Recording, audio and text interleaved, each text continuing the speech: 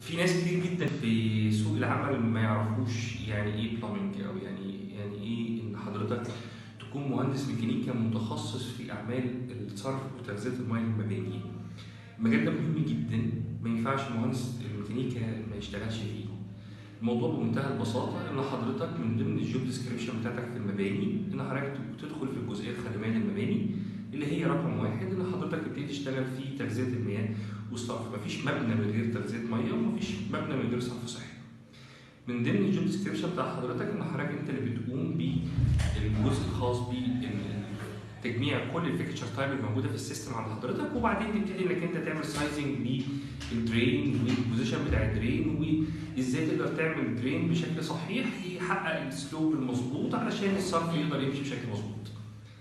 جزئيه الووتر سبلاي دي من الجزئيات المهمه جدا، لازم كل مبنى يكون جواه ووتر سبلاي، كل حمام يكون فيه ووتر ميه، يكون كل مطبخ فيه ميه. ازاي نقدر نعمل ديزاين للشبكه، ازاي نقدر نعمل تانك، او ازاي نقدر نعمل ديزاين للتانك. التانك دوت يكون فيه كميه الميه اللي محتاجها كل الناس اللي موجوده جوه المبنى.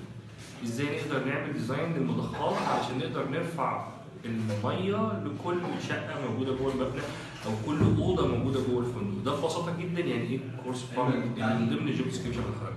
شكرا ليك.